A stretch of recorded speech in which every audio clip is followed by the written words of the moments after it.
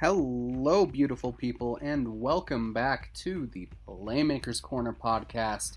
I am Gideon, your host for today's season preview. Today we're going to be going through some Northern Colorado 3A through 1A teams, along with a couple of my hometown teams in Woodland Park and Manitou Springs. In any case, the full sum of the teams that we are going to be covering today are Mountain View, Woodland Park, Highland, Eaton, Wellington, Timnath, Platte Valley, Prospect Ridge, and Manitou Springs. Not quite in that order, but we're going to be going through these one by one today to make sure you guys are best informed for this upcoming season. And so, quick preview of what the structure of this is going to look like. First, I'm going to go through last season's schedule.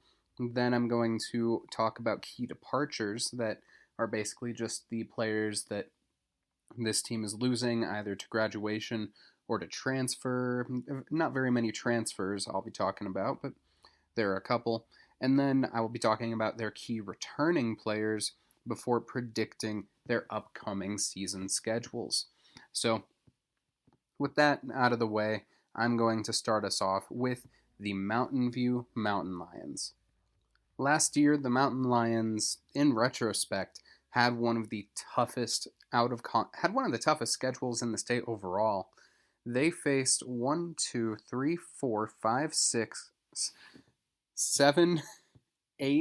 playoff teams in their 10-game schedule. 8 playoff teams. And the 2 that were not playoff teams were their wins of the season.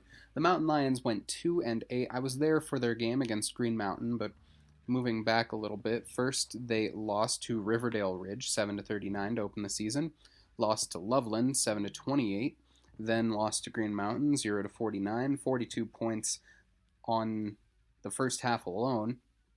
Then they lost to Holy Family 28-46, which is actually pretty good against the team that would eventually be the state champions. Next, they would lose to Centaurus, 27-34, win over Northridge, 34-14, lost to Thompson Valley, 14-21, lost to Res Christian, 19-34, win over Severance, 17-7, and lost to Roosevelt, 21-28. And honestly, I kind of feel bad for Mountain View. No, not kind of. I just feel bad for them. They last had a winning season in 2021, which was a COVID-affected campaign, and before that, their last playoff appearance was 2011, where they ended up losing to Kennedy, which 2011 was a weird time.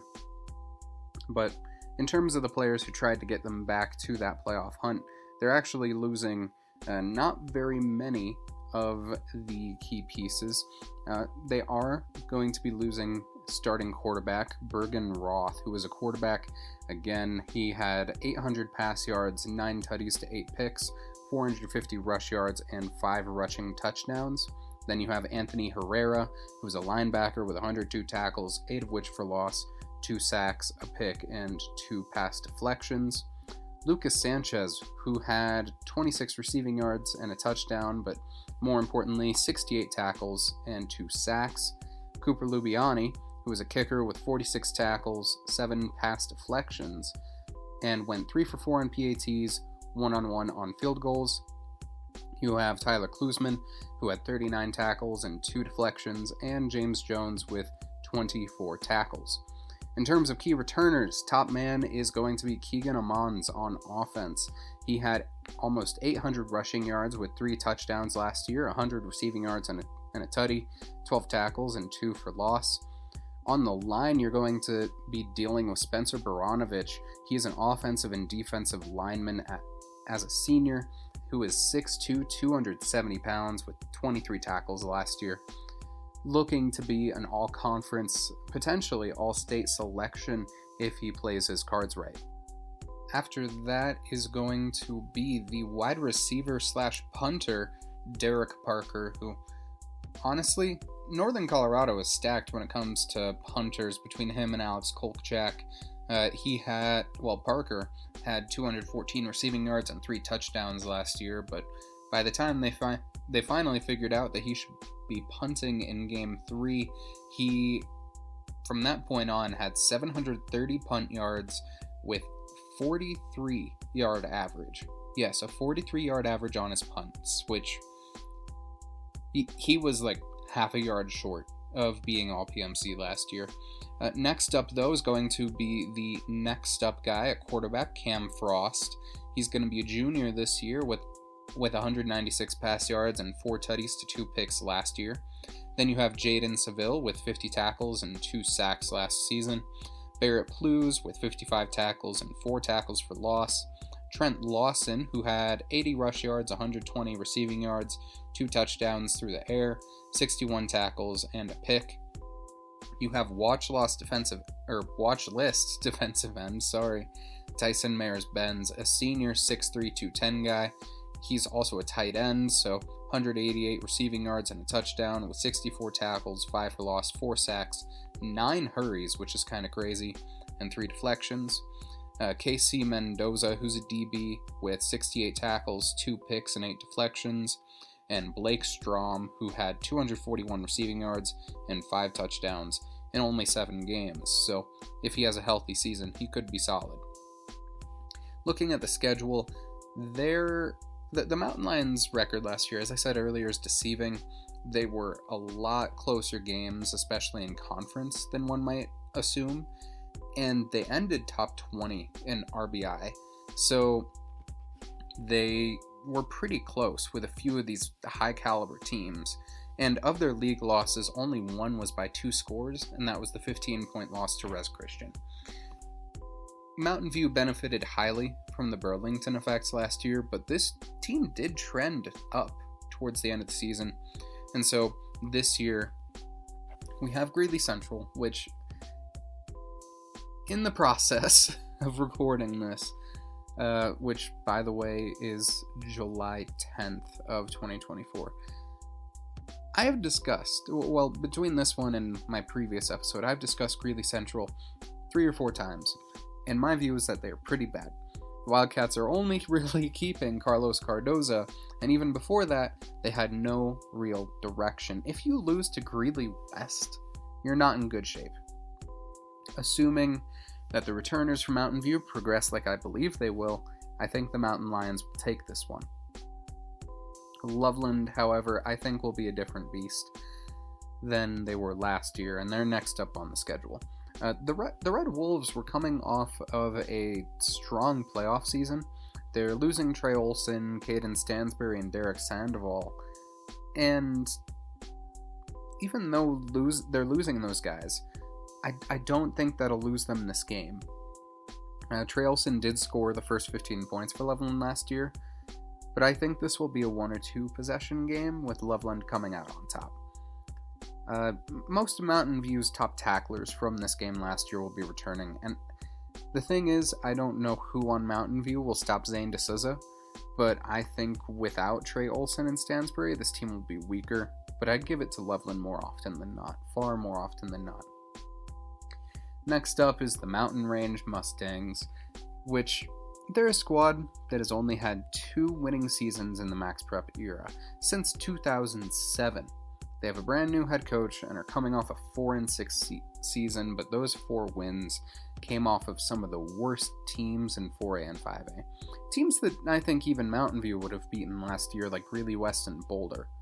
Their starting quarterback threw 15 picks, and I just don't trust anyone on this roster. I give this one to Mountain View, because even though Mountain Range is 5A, they are in the I-25 league equivalent, where Westminster is already guaranteed a playoff spot if they beat Overland. And with how much better I think Mountain View is going to get, this should be a close win, given that it's the classification difference, but it should be a win regardless.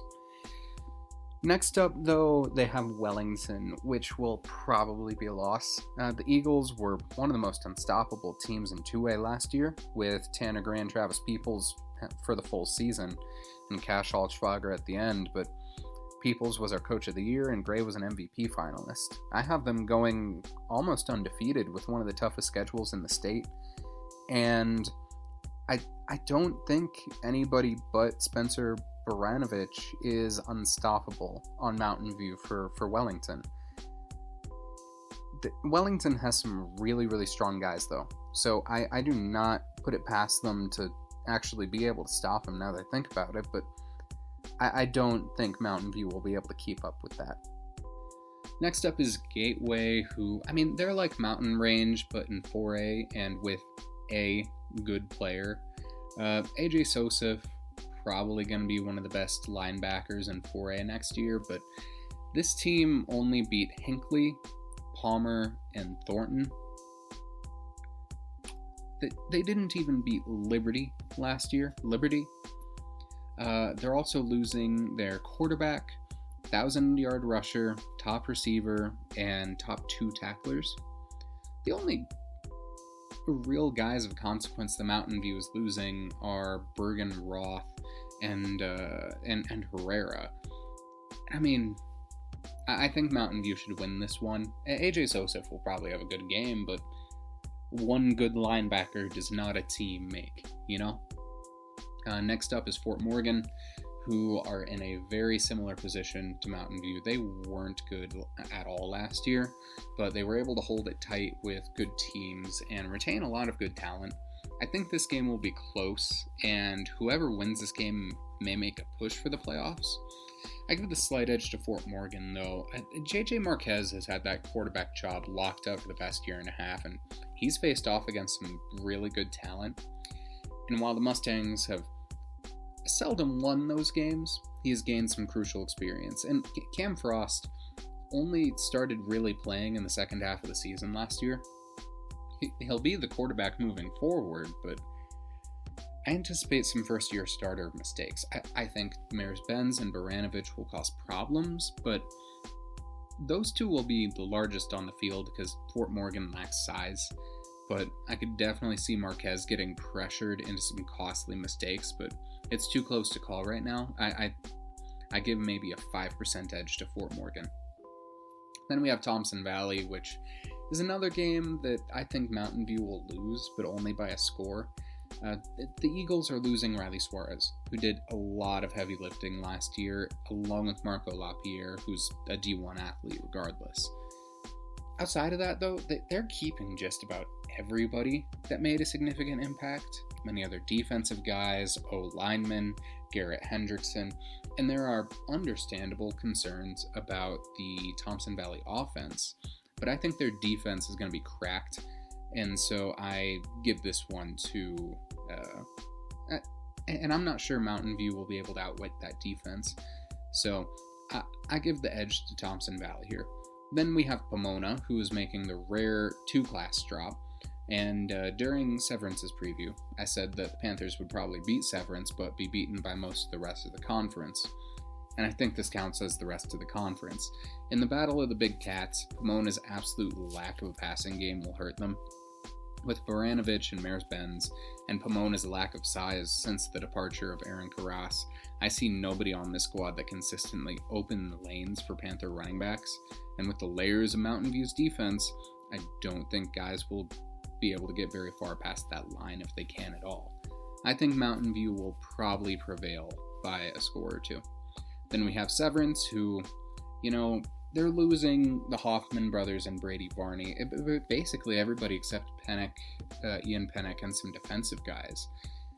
And now, this was one of Mountain View's 2 wins last season, but the defense of Severance will be good. The offense, I have no clue about.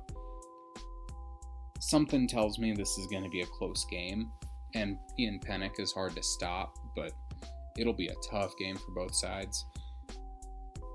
And even though Mountain View is going to be better on paper, something in my gut's just telling me it's going to be close. And finally, last game of the season, Roosevelt. The Rough Riders will close it out, and they are losing Bronco Hartson, Xavier Ramirez, some really talented players. And the Riders should be getting a little bit worse. They're keeping Noah Lucero, Trevor Carabench, and adding former Timnath QB Jackson Craig. So this team should still be competitive. And this was a close game last year with Mountain View almost playing spoiler, but Birkenroth had to have a 200-yard game, but so did Hartson and Ramirez each. But Trevor Carabench may be the X factor here for Roosevelt, because he had 118 receiving yards, and Craig he may not be able to match Broncos' output immediately, but at this point in the season, I think he'll be able to.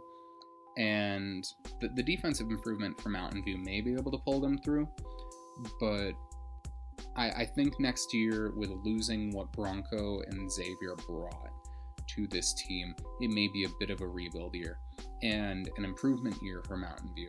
So I think this one's 50-50 right now. So when it comes down to the window of wins, I see only really 3 guaranteed losses on the schedule for Mountain View, those being Loveland, Wellington, and Thompson Valley. 3 close games against Fort Morgan, Severance, and Roosevelt, and then 4 wins against Greeley Central, Mountain Range, Gateway, and Pomona. I see a window of wins from 4 to 7 with a realistic middle ground at 5 and 5. I think Fort Morgan, Severance, and Roosevelt, between those 3, they go 1 and 2, maybe 2 and 1. And so they'll have some close games this season and potentially even a Burlington-esque playoff berth. So that's that for the Mountain View Mountain Lions. Again, for those wins, or for the schedule: win over Greeley Central, loss to Loveland; win over Mountain Range, loss to Wellington; win over Gateway, toss up against Fort Morgan, loss to Thompson Valley; win over Pomona, toss up to Severance, and toss up to Roosevelt. Unfortunately, this next preview should be shorter. We have Prospect Ridge Academy up next. I predicted them to go winless, and that's exactly what they did. Lost to Arvada 6-54, lost to Fort Christian by 60, lost to Timnath 7-49, lost to Manitou Springs 0-53, lost to Bennett 35-68, lost to Wellington 6-62, lost to Valley by 40, lost to Devlin by 30, lost to Platte Valley by 50. I hate that I was right. I'm not going to boast here. I wanted you guys to be successful. I wish I was wrong. However, they do have some players that are going to be getting better, and they are moving down to 1A, so could be a good move for them. But in terms of key departures, we have Chase Knopf. He had 1,150 passing yards, 5 touchdowns to 12 picks, and 150 rushing yards and a touchdown on the ground. And you have a safety in Zachary Dika, who had 58 tackles and 2 sacks last year. Really, when it comes to impact players, those are the main guys who are leaving, though. Looking at it, first off, in key returners, you have Travis Agboss, 6'3", 195, tight end, with about 400 receiving yards, 5 touchdowns, so all 5 of the receiving touchdowns, 400 kick return yards, 20 tackles, and 3 sacks. You have Arnav Sudhir, who is likely the successor at quarterback. He had 35 pass yards last year, along with 230 receiving yards, 100 kick return yards, 40 tackles, 4 pass deflections at 6'1", 160. Machoan Puga, I hope I'm pronouncing that correctly. He had 34 tackles, a sack, 6 hurries, and a rushing touchdown. You have Brady McKenney, who is a 6'2" wide receiver with 200 receiving yards, 200 kick return yards, 64 tackles, a sack, and a forced fumble, and a recovery. Vincente Aguilera, he had 74 rush yards, 210 receiving yards, 2 rushing touchdowns, by the way, 18 tackles, a sack, and a pick.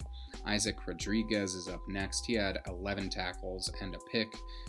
Danielle Cole with 17 tackles. And then Jordan Pryor, who is the tallest player on the team. He is a 6'4", 180 D tackle. So those are the returning key contributors. In terms of the schedule, first up, you're going to have Denver West, who is going to be getting worse heading into the season with the loss of Ahmed Hussein. The Cowboys have a really large hole to fill at running back, but they have a really good two-way player returning in Robert Whitkey, and the likely starting quarterback will be sophomore Marcelo Ortiz. They're losing all 5 top rushers, starting quarterback, 2 of 3 100-yard receivers, 8 of their top tacklers, and every player with over 1 sack has graduated. So this is going to be a weak team. I think if Prospect Ridge has a chance to win one of their first 2 games, this is it. The Miners have a lot more returning talent, but I have a lot more confidence in Coach Cristobal Velasquez from West. Mike Storr has been Prospect Ridge's coach since 2017 and has won a high of 3 games in that time.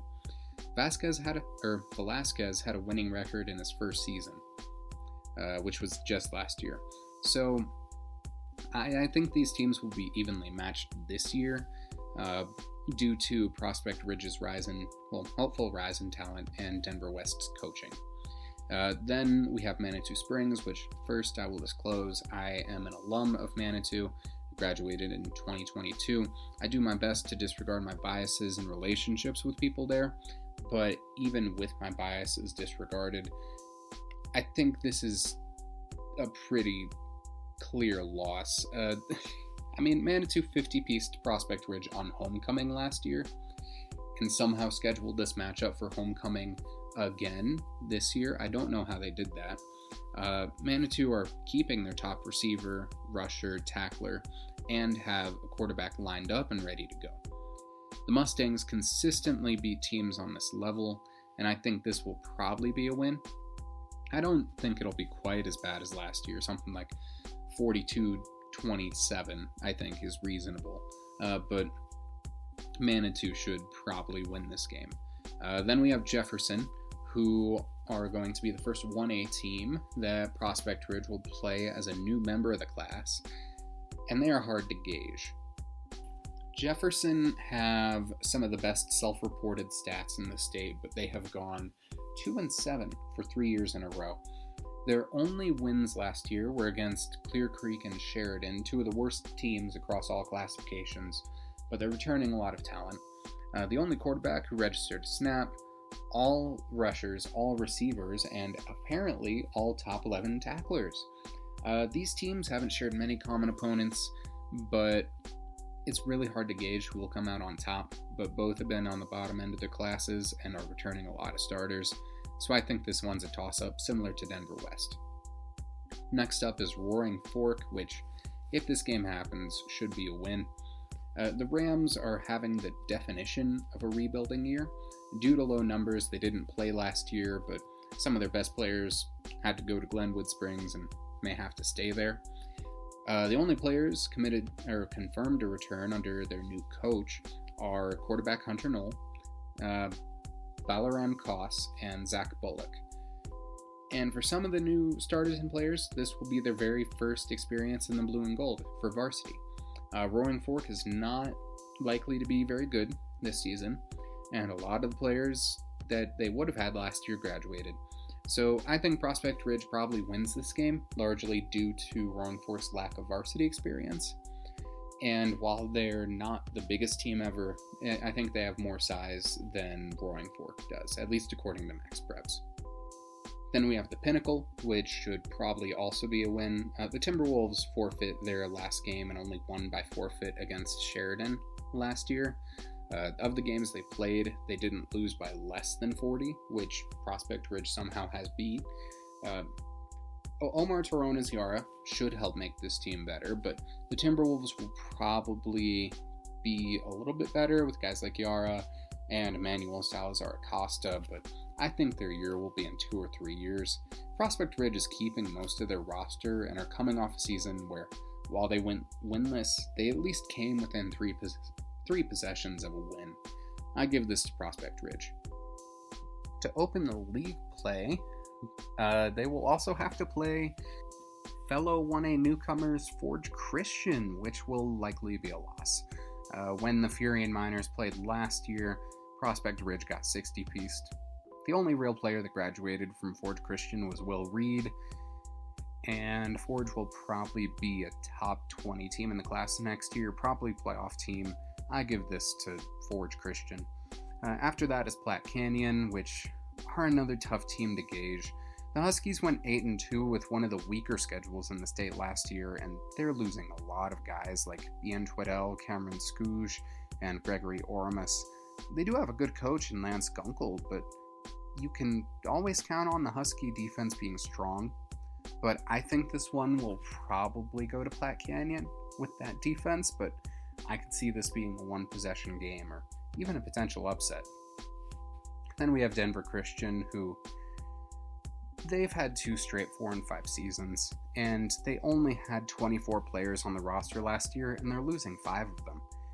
They are retaining one of the better talents in 1A, in Ben Pereira, but I don't think there's really anyone on Pereira's level on Prospect Ridge, or Diego Pellegrini. The main problem for Denver Christian is losing their quarterback Nathan Borer and a lack of size on the line. Prospect Ridge is small too, but at least they have a quarterback lined up. And while I think that Denver Christian will win, they beat teams last year, will probably be on the same level as Prospect Ridge will be on this year, so I think it's probably a loss.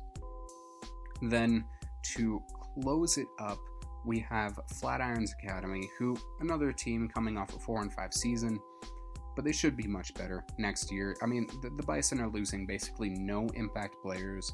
Judah Burgess is looking like he may end up being an MVP candidate, and the Bison are only graduating their 10th and 11th leading tacklers. Those were the only 2 seniors on the roster last year, by the way.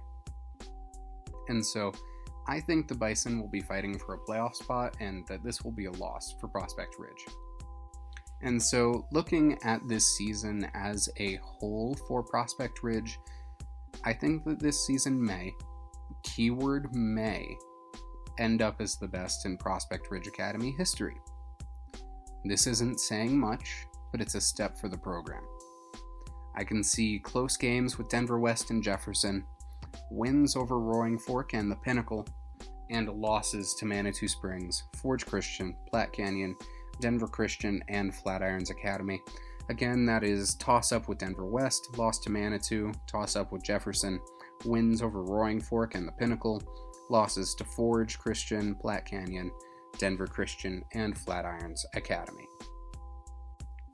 After those Prospect Ridge Academy minors, next we have the Highland Huskies, and the Huskies, one of my favorite environments in Colorado high school football. Last year they went 5-4 in the regular season, 0-1 in the playoffs, starting off with a 6-46 loss to Ray, a 12-29 loss to Wellington, 8-59 loss to Kent Denver, 15-42 loss to University, before going undefeated in their league, 34-20 win over Estes Park, forfeit win over Sheridan, 63-point win over the Pinnacle, 52-point win over Flatirons Academy, and 54-6 win over Manual. I was at that game. It was wild. Going into the playoffs with all the momentum in the world, I thought they would be a bottom seed, but no, they ended up against Meeker, 7-20 loss there. They started slow against some of the best teams in 1A and 2A and went undefeated to make the playoffs, and even went up 7-0 in that game against Meeker, but the Huskies would eventually lose in the very first season under Coach Daniel Ailman, one of their first playoff appearances in a while, I believe, and they had a pretty good squad to do it. So looking at the departures from this team, you have athlete Isaac DeSantiago, who had 500 rush yards, 6 rushing touchdowns, 250 receiving yards, 4 receiving touchdowns, was 18 for 26 on PATs, 29 tackles, 5 for loss, a sack, 2 picks, 2 pass deflections, and a forced fumble. Whew, what a player there. Next up, you have Tanner Fabrizius, who won a Playmaker, or a Game of the Week Playmaker award against Manual last year. He had 288 rush yards, 1 passing touchdown, 15 receiving yards, 5 rushing touchdowns, 36 tackles, 3 of which for loss, 2 hurries, a deflection, and a fumble recovery. You have Dante Palmer, who was a 6'4", 190 lineman, 33 tackles, 6 for loss, 1 sack, and 10 hurries. And then you have Jakey Wares with 91 pass yards, 2 touchdowns, 350 receiving yards, and 7 touchdowns, 100 kick return yards, a conversion, 8 tackles, and a pick. Wild spread there. Great players all around there for Highland, but they've got some good guys coming back as returners. Starting with quarterback Jonathan Bingley, 6'2", 175, 900 pass yards, 12 tutties to 4 picks, 1 rushing touchdown, 13 tackles, and 5 deflections. You have Brogan Palmer, who is going to be a junior this year, 6'5", 225, tight end / D end, 163 receiving yards and a touchdown, 340 punt yards with a 31-yard average, 1 fumble recovery touchdown, 37 tackles, 6 for loss, 3 sacks, 11 hurries, and 3 pass deflections. Then you have Shane Svirak Jr. with 180 receiving yards, 1 touchdown, 1 for 2 on PATs, 16 tackles, and 2 deflections. Running back linebacker Wyatt Chase with 100 rush yards, a touchdown, 33 tackles, and a sack with a pick. An athlete in Tyler Vara, who had 145 rush yards, 2 touchdowns, a forced fumble, a recovery, and a receiving touchdown. Stetson Hendren, who is a safety and running back, with 24 tackles and a pick. Colton Jackson with 17 tackles and 3 for loss. Noah Falagrati, who's a lineman, he had 12 tackles, 2 for loss. DJ Rogers, 6'2", 235, 11 tackles, 2 for loss, a sack, 10 hurries, and a recovery. He is going to be a key lineman on this team next year. And then linebacker Ira Sittner, he is a 5'11 senior this year with 61 tackles, 5 for loss, 3 forced fumbles in last season's matchups. So, all around, next up, we're going to get going on their schedule, starting with Flatirons Academy, which, looking at this game, I think it'll be a toss-up. Santiago, who was the Huskies' best graduating player, generated 200 yards of offense, 2 picks, and 3 tackles in this game last go-around, with Jakey Wares catching for 84 yards and 2 touchdowns. Do not underestimate the impact of Dante Palmer either, as he had 6 tackles in this game, and Flatirons is losing nobody. They're graduating out Luke Miller, who registered 1 tackle in this game, and nobody else who registered a statistic in this matchup. Due to the dominance with which Highland won last year, I'm not going to discount them, but Flatirons Academy is keeping a lot of what almost made them a playoff team, and I think this may be a loss to open the season, but it'll be a tough matchup. I'm calling it a toss-up. Then we have Platte Canyon, where it has been 3 years since these two Huskies have faced off, and a lot has changed in both Alt and Bailey since then. This game will probably make the series 2-0 in Highland's favor, though, with Platte Canyon, while good last year, they had one of the weakest schedules in the entire state. Platte Canyon won against the Bison by 25, winning 38-13, and Highland beat Flatirons by 50. Even though Highland is losing to Santiago, Fabricius, Palmer, and Wares, Platte Canyon is losing almost every skill player they have, along with a good portion of their defense, and this is likely going to Highland. Next up, you have Wiggins, who are another really tough team, but they are going to be playing under a new coach and have to deal with the loss of lineman Americo Lorenzini. The good thing for Wiggins is that they will retain their top quarterback, along with their top 4 rushers and 7-11 top tacklers, with Stevie Linton as well taking an increased role, but I'm not sure that outside of Palmer, anyone can stop him. I think Wiggins will probably take this matchup. Next up, we have Denver Christian, which, as mentioned during the Prospect Ridge preview, are losing only 5 guys, but that's a fifth of their roster. Including their quarterback and top receiver, they are in a very similar position to Highland, so we have to compare common opponents.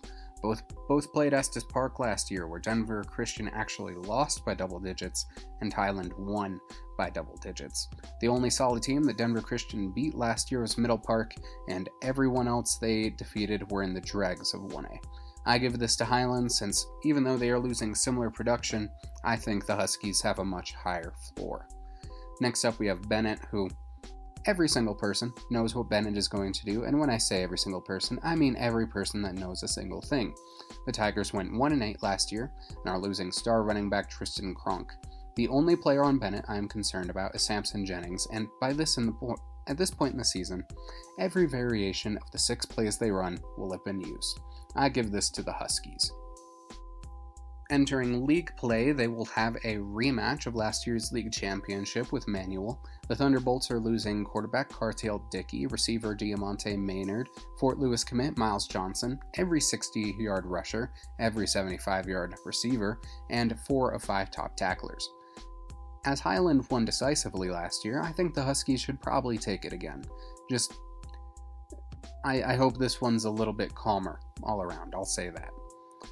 Next up is Estes Park, who, for some reason, has removed the stats and roster placement of every senior on last year's team, which is really dumb, because I would like to go back and see what Ryland Reitz had for his particular stats, along with Jose Gonzalez and Matthew Aish.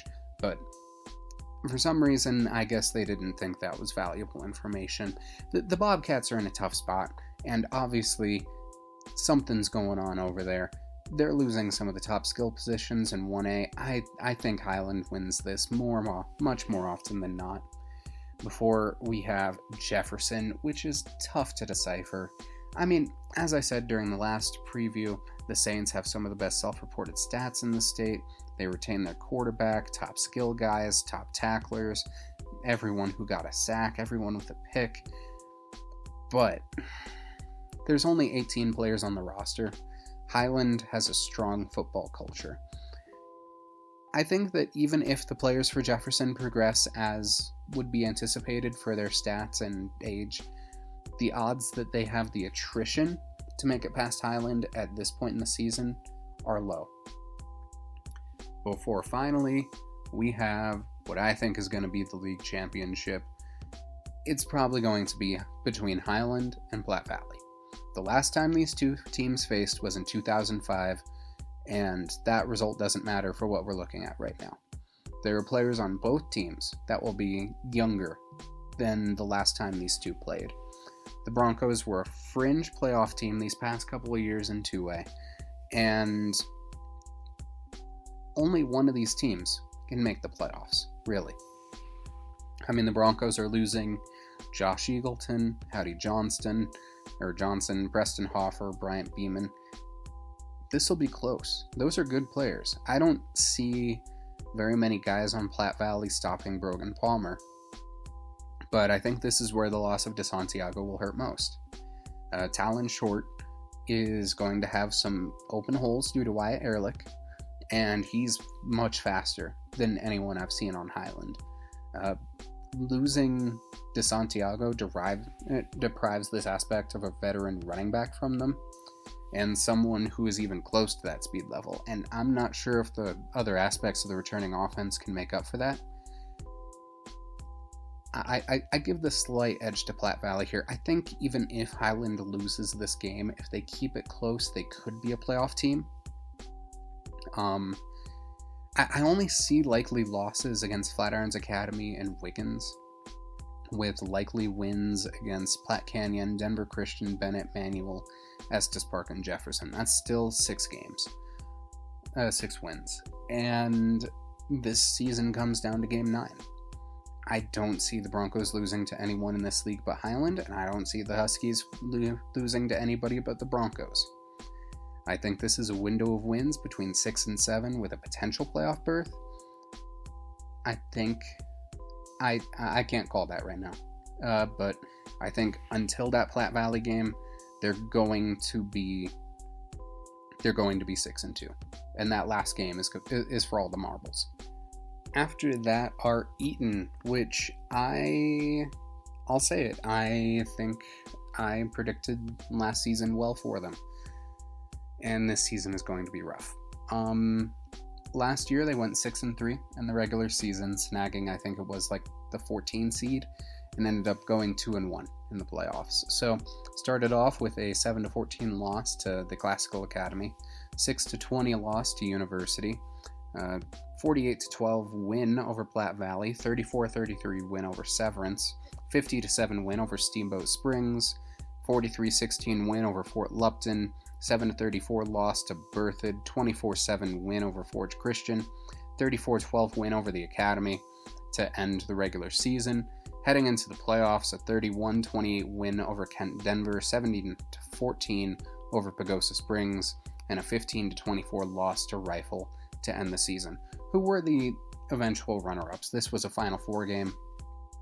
Really overachieved and rose in those playoffs. So I think it'll be a solid legacy on that season and a good last showing for those seniors.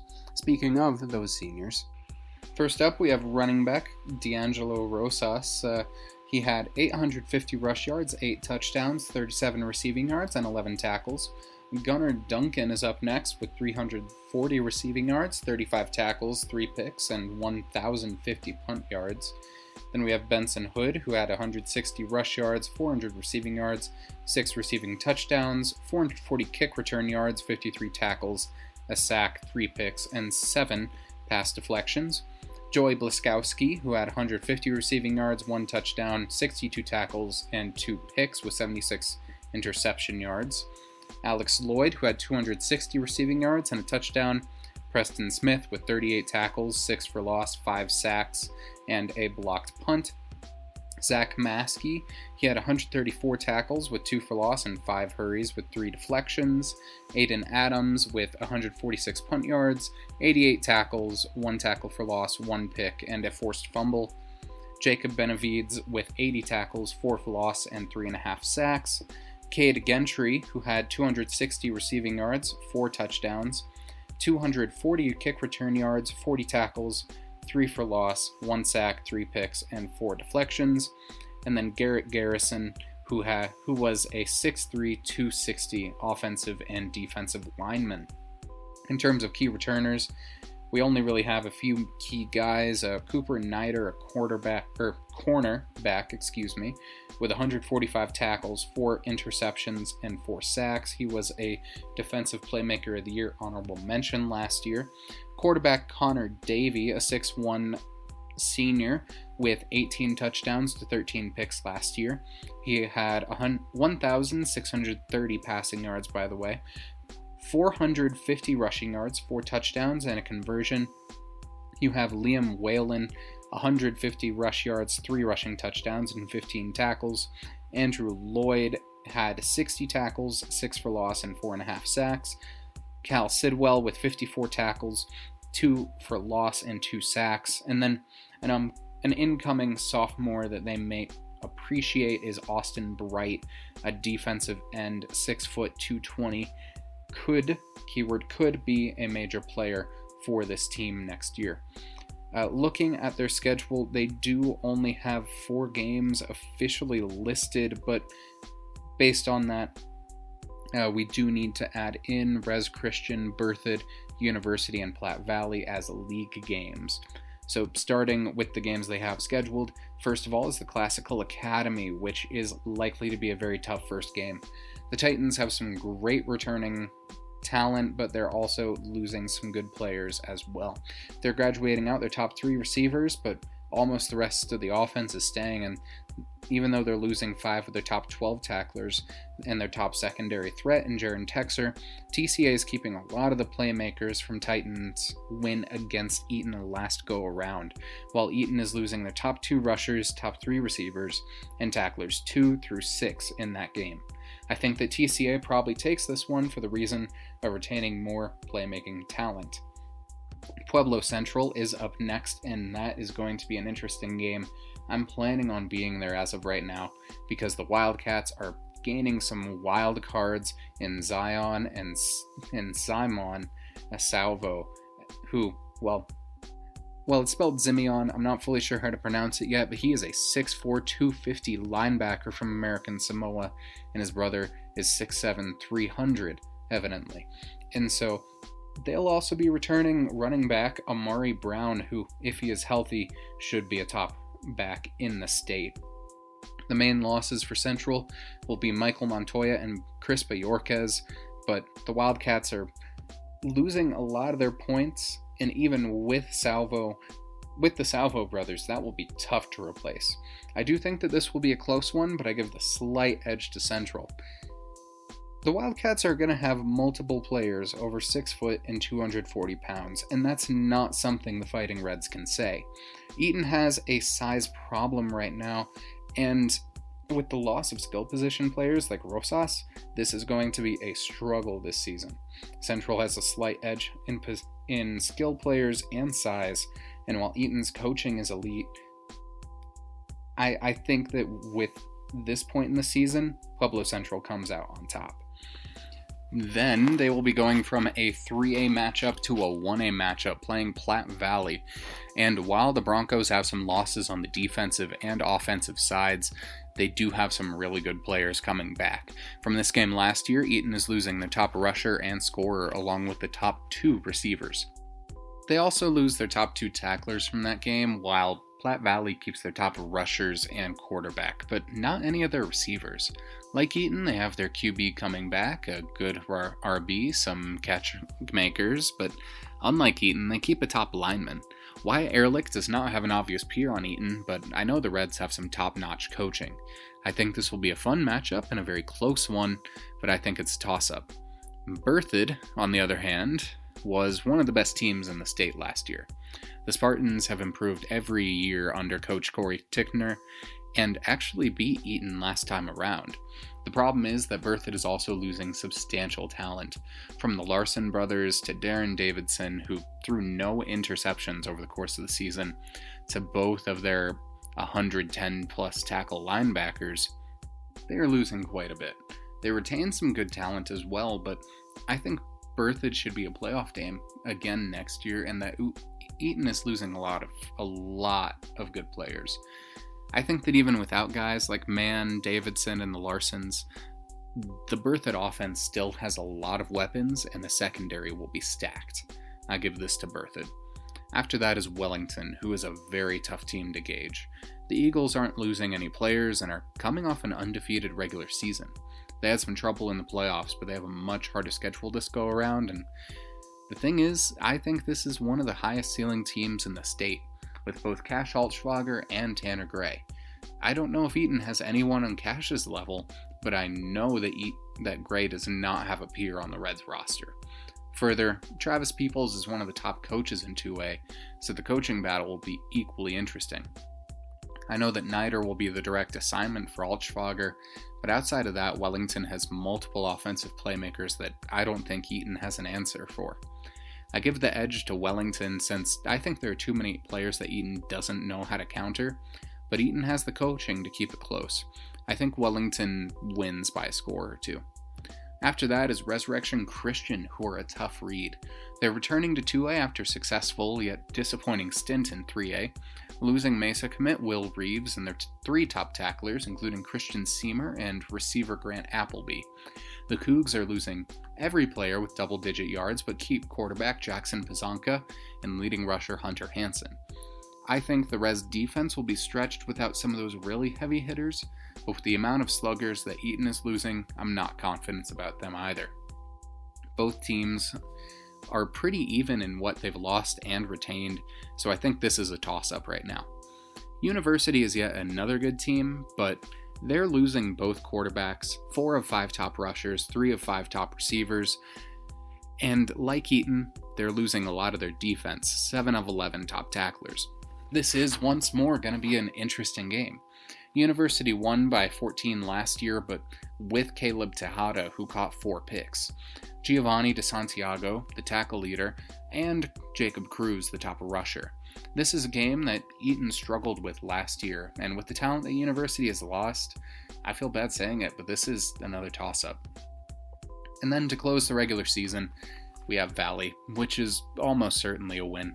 Though the Vikings are keeping their top receivers and 3-year starter Carson Adolph, they only won over Prospect Ridge Academy and Bennett last year.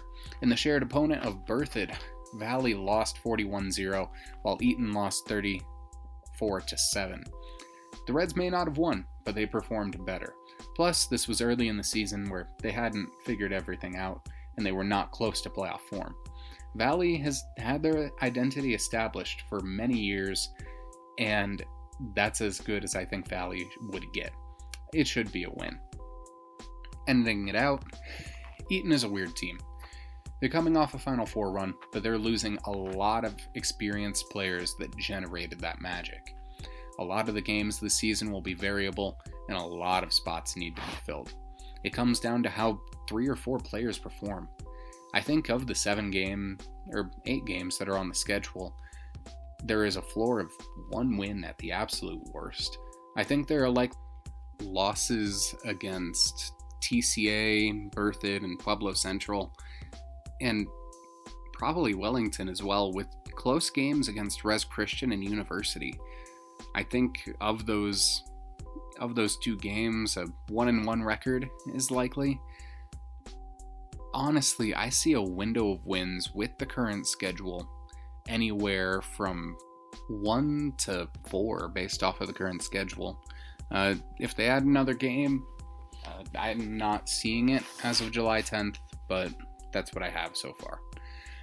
So again, that is a loss to the Classical Academy, loss to Pueblo Central, tied toss-up-ish with Platte Valley, loss to Berthoud, loss to Wellington, toss-up with Res Christian, toss-up with the University, win over Valley.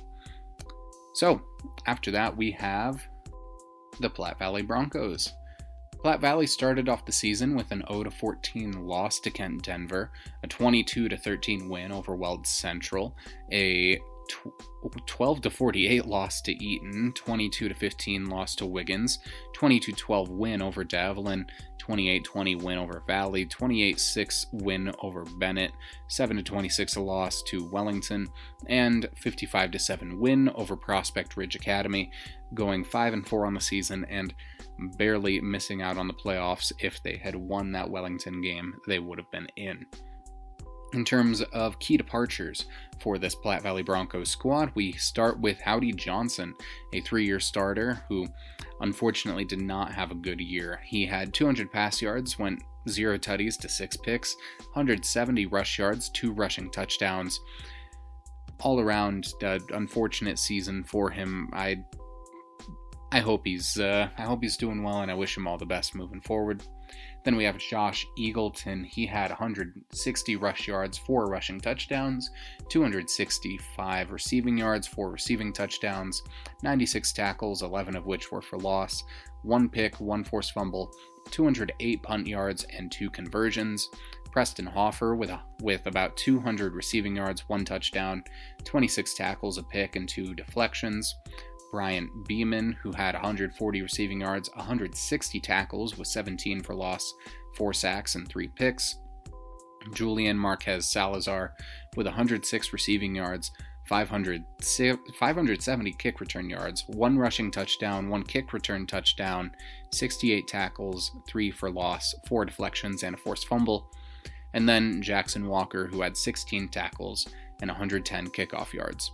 In terms of returners, we start with fast boy himself, Talon Short, 750 rush yards, 84 receiving yards, 198 kick return yards with 71 tackles, 6 for loss, a fumble recovery, and 2 conversions. Yeah, Talon Short, I'm recommending him for the watch list as a running back. Next up, we have Reagan Edstrom, the successor at quarterback, the 6'1 junior. Had 720 pass yards last year, 6 touchdowns to 4 picks, and 181 rush yards. Next up, we have Ben Cockcroft, a running back with 150 rush yards, a touchdown, 35 tackles, 2 for loss. You have Wyatt Meyer, a senior wide receiver / punter, who had 58 receiving yards, 70 kick return yards, 68 tackles, a pick, a deflection, 1 forced fumble, 800 punt yards with a 41-yard average. Then you have Wyatt Ehrlich, 6'2", 300 pounds with 80 tackles and 6 for loss, an offensive and defensive tackle there. You have Jeremiah Molinar, a cornerback receiver junior, who had 53 tackles, a pick, and 6 deflections. Isaac Martinez, he is a 6', 225 junior with 34 tackles, and then Alejandro Perez, 6' wide receiver / corner with 2 picks and 34 tackles. As mentioned back during the Highland preview, this is going to be Platte Valley's first year in the 1A classification, so it's going to be exciting to see how that group of guys does in 1A. So starting off, they're going to be facing a school that's notorious, for me at least, Burlington, who is very tough to gauge. The Cougs went 2-7 last year, but in one of the toughest conferences and schedules in the state across all levels. They're bringing in a new coach and are losing their quarterback, top 2 rushers, and wide receiver 2. They keep Newcomer of the Year finalist and winner, I believe, Scout Humrich, but he had 5 of their 8 interceptions, with the other 3 graduating out. A lot of this offense is going, which was already struggling, and so I give this to Platte Valley while the Cougs find their new identity. Next is going to be Strasburg, who are swapping with Platte Valley into 2A. They're losing a lot of the impact players from that 1A championship team, but Platte Valley was alright last year and returning some good talent as well. Strasburg, in my opinion, is losing a lot of those guys. A lot of that production that made them special. And I don't think many of the remaining defenders can stop Talon Short. Outside of that, Reagan Edstrom is staying as the quarterback with more experience. And with Wyatt Ehrlich, it'll be a battle in the trenches with Juan Fernandez, Preston Mace, and Christian Villa. I think Strasburg has more weight on the line, but Platte Valley has a definite advantage with the skill position players. I think Platte Valley has the edge, but I call it close right now. Then we have the Buena Vista Demons, who in the past few years have been an insanely good team. I've seen firsthand what playing in Buena Vista can feel like, and it is the definition of a hostile environment. The Demons aren't losing too much on paper, but what they are losing is 1A Depoy finalist Caleb Camp. The ASU wrestling commit had over 500 receiving yards, 100 tackles, 2 sacks, and 7 picks. The biggest losses are going to be defensively in this game, with a couple of pretty high-profile defensive players being gone from Buena Vista now.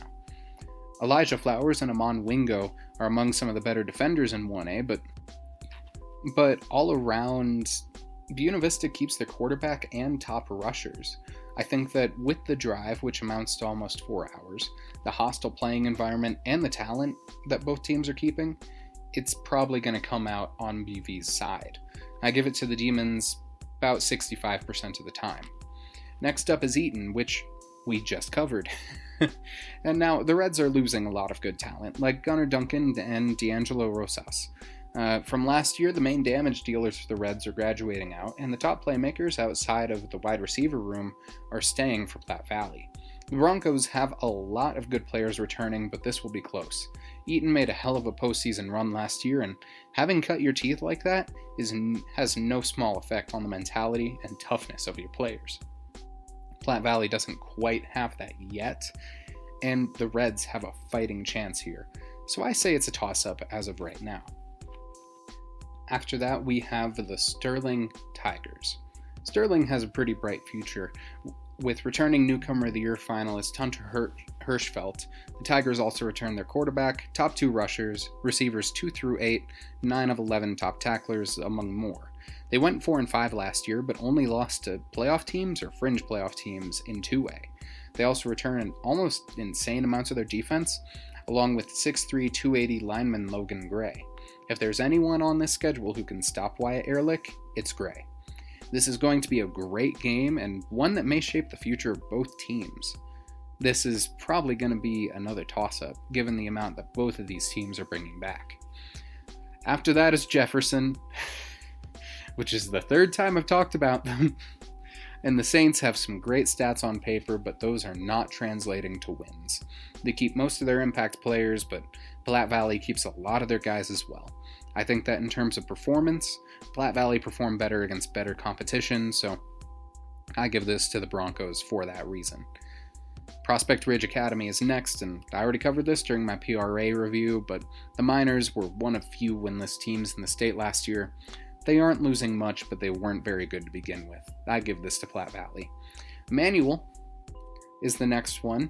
They were 1 game away from a playoff berth last year, but the Thunderbolts are losing their starting QB, sack leader, a D2 linebacker, and their top receiver. Platte Valley is keeping their starting QB, running back, receivers, and about half the defense, along with a great leg in Wyatt Meyer. I think the Broncos have this. And finally, we have Highland, Game 9 to close out this schedule. I talked about it earlier in the Highland preview, but this is easily going to be the league championship. The rest of the league may be relatively easy, but this game will be the top matchup of the season. The Huskies, as covered in the preview, are returning some great talent. 3-year starter John Bingley, Brogan Palmer, Ira Sittner. They will have some of the top players in 1A. I give the slight edge to Platte Valley. Wyatt Ehrlich will be one of the top linemen in the class, and I know that the Huskies don't really have anyone in his weight class that can stop him. They have grit, but I don't see anybody matching him. And with talent short, losing Isaac DeSantiago is going to be huge because Short is one of the fastest players I've seen, and I'm not sure that Highland has anybody on that level. This is going to be one of the games of the year, and whoever wins this game is making the playoffs and winning this league. And ultimately, I think this will be a high win total season for Platte Valley. They're playing some really, really weak teams, and I think their only likely loss is Buena Vista. I see wins against Burlington, Jefferson, Prospect Ridge, and Manual, with toss-ups against Strasburg, Eaton, Sterling, and Highland. Highland, I feel like, is probably a win 55% of the time, but overall, I think Platte Valley has a window of wins of 4 to 8. Next up, we have a team that I'm going to have to do a disclaimer for. This is my alma mater, the Manitou Springs Mustangs. Yes, I do the best I can to limit my bias when I'm covering this team, just because I know that it could be seen as bad form to cover the school that I went to, but I just do the best I can because I know a lot about this program, and I've seen this program for the past 6 years now ebb and flow and evolve. So with all that said and done, this team fell a little under 500 last year, a little bit short of my expectations, if I'm being honest. Ended up going 4-5. Started off with a 39-2 win over Valley, 27-12 loss to Rye, 54-6 win over Rocky Ford, 53-0 win over Prospect Ridge, 24-25 loss to Woodland Park that Simon was at. Go back and listen to that episode. 12-53 loss to Florence, 14-36 loss to Alamosa, 14-40 loss to La Junta, and 35-26 win over Lamar.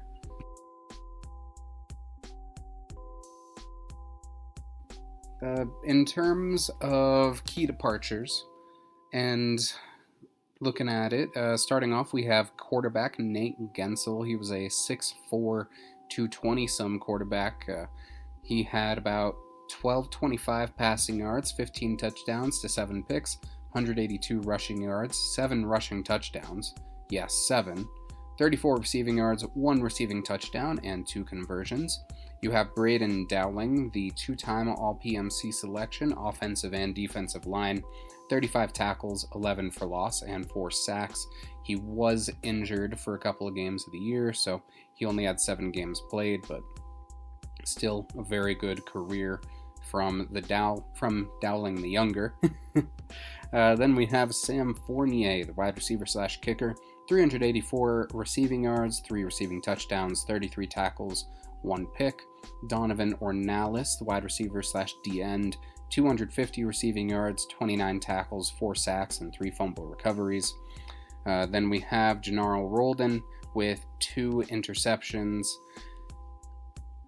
You have a bunch of guys on this team who are graduating out, and kicker Kate Johnson, but when it comes down to it, these are the main impact players. You also have guys like Alan Hale, Cole Sinclair, Will Cittadino, Liam Bowie, who was the starting center. You've got some guys on there who are graduating out, but you also have some high-quality athletes who are going to be staying into next season, starting off we have Logan Moore, who 6 foot, 200-pound senior running back safety. He's got a 4.45 40 time. Last year he had 34 passing yards and a touchdown. That was to Nate Gensel's, if you match those numbers up. 640 rushing yards, 7 rushing touchdowns, 90 receiving yards, 1 receiving touchdown, 29 tackles, 1 for loss, a pick, 2 fumble recoveries, a pick 6, and 44 kick return yards. Very, very productive season for Logan, doubled his rushing yards from last year. I'm expecting from him probably a 900-yard season, but that's just me, especially because they are probably going to lean on him a little bit more here.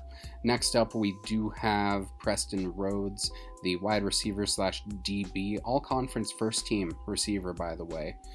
He had 365 receiving yards, 10 receiving touchdowns, 8 tackles, 2 picks, and a pick 6. The likely starting quarterback is going to be Ben Perkins, the 5'8-ish, 180-pound fella. He was the backup quarterback last year with 45 pass yards and 27 kick return yards. He also had 7 tackles. Then you have Leighton Little, a junior with 44 rushing yards and 33 tackles. Kyan Bunker will be a senior this season, linebacker most likely, 69 receiving yards with 2 touchdowns, 24 tackles, 4 for loss, and a sack. Boston Munoz, incoming sophomore, 45 receiving yards and 9 tackles. Offensive tackle and linebacker, senior Jaron Hall. I think he has a solid chance to be maybe a D2 linebacker. Just needs to get some of that defensive film out there. He had 21 tackles, 3 for loss, a sack, and a pick. Asher Levine, who is a senior linebacker and O-lineman, 37 rush yards, 39 tackles, 2 of which were for loss and a pick. Hayden Martinez, the kick return specialist, will be a senior this year, 190 kick return yards. Dylan Gates is a 6'1 linebacker with 15 tackles, a fumble recovery, and will likely be the next tight end.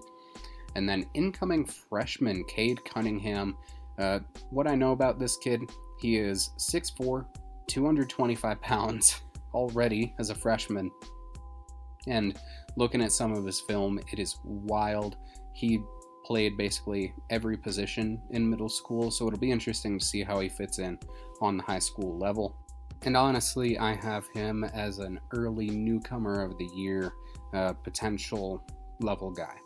But looking at this schedule, first you start off with a game against Rye. Now, Rye is in a very tough spot, coming off of losing 1A MVP candidate and second in 1A MVP voting, Dylan Herney, quarterback, and the only other rusher with 100-plus yards, their top 2 receivers, and top 3 tacklers. Of the damage dealers in this matchup last year, every single yard of Rye's offense is graduated. Not to minimize Manitou's losses, but I think Rye's are much more severe. The Stangs have RB1, wide receiver 1, and QB 1 all lined up. Now, that's not something that I think Rye can say right now. Manitou is also retaining more of their defense, and this was a 2-score game last year, so it wasn't the closest ever. But I think that the amount of talent that Rye is losing versus the amount that Manitou is retaining will be probably the third close game of the past 4 that these teams have played. Next up is Prospect Ridge, which should be an easy win. As covered during their section, the Miners are coming off a win this season where they got their 50-piece during this game last year. This was the only shutout that Manitou had last year, and that says a lot. I don't really see a world where Prospect wins this game, even with all the Stangs are losing. And, Valley is a very similar story. Their only score during this game last year was a safety, and that was in garbage time. The Vikings, with a ton of juniors on the roster, only beat PRA and Bennett last year, 2 of the worst teams in the state. I think that even though Manitou is losing their fair share of starters, they will still beat Valley. Next up is Forge Christian, which is a weird team to evaluate. The Fury had an okay season last year, going 4-5, but those 4 teams were not good. PRA, Devlin, the Academy, and Steamboat Springs. I think those 4 are of the same quality of the 4 teams that Manitou beat, The only consequential senior that FC loses is Jeffrey McCord and Will Reed, and FC should be a player in 1A next year. And with guys like Sullivan Strange, they'll be in good shape. I think they'll be really difficult to beat, and with them keeping their quarterback, running back, and top receivers, I think Fort Christian has a slight edge. I think the Fury win this 60% of the time, but I'd still call it a toss-up in my mind. After that is Florence, which is another weird team since they've just lost so much. Gunnar Bassetti, Gunnar Phillips, Gage Goodall, Lagoose Nuss, Tanner Rast, half their starting defense. I mean, the Huskies won by 40 last year, but the majority of their team just graduated, or at least their starters. I mean, I doubt that Manitou will give up 2 kick return touchdowns again. I mean, 4 of the 7 tutties from Florence will have graduated, but both of Manitou's will be gone as well. I probably still give this to Florence, but the Huskies are losing a lot. Even with that, it's hard to beat a team that beat you by 40 last time around, especially mentally. I think this is probably a Florence win. I mean, they made it 20 points better from 2 years ago to last year, so that's good. Next up is La Junta, though. The Tigers keep quarterback Ryland Schmidt and running back Ethan Leba, but are losing all the receivers who recorded a catch, their top 3 tacklers, and their kicker Tucker Johnston. They were the only playoff team from this league last year, and they won this game by 26. And with the amount they're losing, it should be closer this year. I think that La Junta is far more experienced, and they did get upset first round by Pagosa, so I think they're carrying a chip on their shoulder heading into this year. They're gearing up for a good run, and I'll be at this game next year, as I think that with the amount that Manitou is keeping, it will be a good game. I think this is a toss-up as of right now. Next is Lamar, which is probably going to be a win. The Thunder were straight up bad last year, being the worst team in this conference. Manitou won this game by 9 last year, but Lamar is losing even more than the Stangs. Their quarterback, top 2 receivers, top 2 running backs, and 2 of their top 3 tacklers. I think this will be a win due to Lamar's only having a sophomore quarterback, and really the only player that I think is going to be notable for Lamar next year is Alex Aguilar, who's next up as the top kicker in the 2A Southeast. Then we have Woodland Park, which this will be a fierce one. Manitou hasn't beat the Panthers since 2014, and you can't call it a rivalry, really, without a win in the past decade. Last year's loss was disappointing, and I think it may have been their last chance in this cycle. The Panthers keep basically their whole offense, most of their defense, and star kicker Miles Wiley. I think that with Manitou losing Dowling and Gensel, the odds go to Woodland. I mean, coming back from down 13 in the last 2.5 minutes is tough.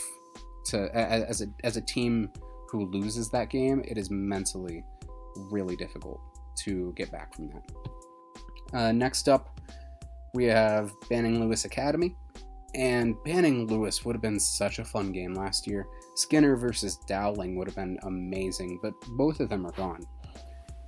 Banning Lewis is honestly losing more than Manitou. They're losing Coach Olney, he's left for a college job, Joseph Biegovich, Braden Skinner, Ben Early, quarterback Sam Bell, Julian Laderman, and Riley Dotson. I mean, they went undefeated in the regular season, but the main player they're keeping is athlete Chase Reel, and Reel versus Moore is going to be like showtime. These 2 seniors are going to be 2 of the best players in this classification, but I mean, Manitou has the better returning roster and a returning head coach. If this game were last year, I'd give it to Banning Lewis, but with this year's matchup and what the Stallions are losing, they do have their teeth cut in the playoffs, but I think this is a toss-up right now. And so, when it comes down to it, all around, this is going to be an odd year for the Stangs, but I could see an above 500 season, with wins over Rye, Prospect Ridge, Valley, and Lamar. That already matches last year's win total. And then losses to Woodland Park and Florence are likely, and I think that the other 3 games against Forge Christian, La Junta, and Banning Lewis will be close. This makes it a window of wins of 4 to 7. I think 5 and 4 is more realistic, with 6 and 3 being pretty good. 7 and 2 is stretching it.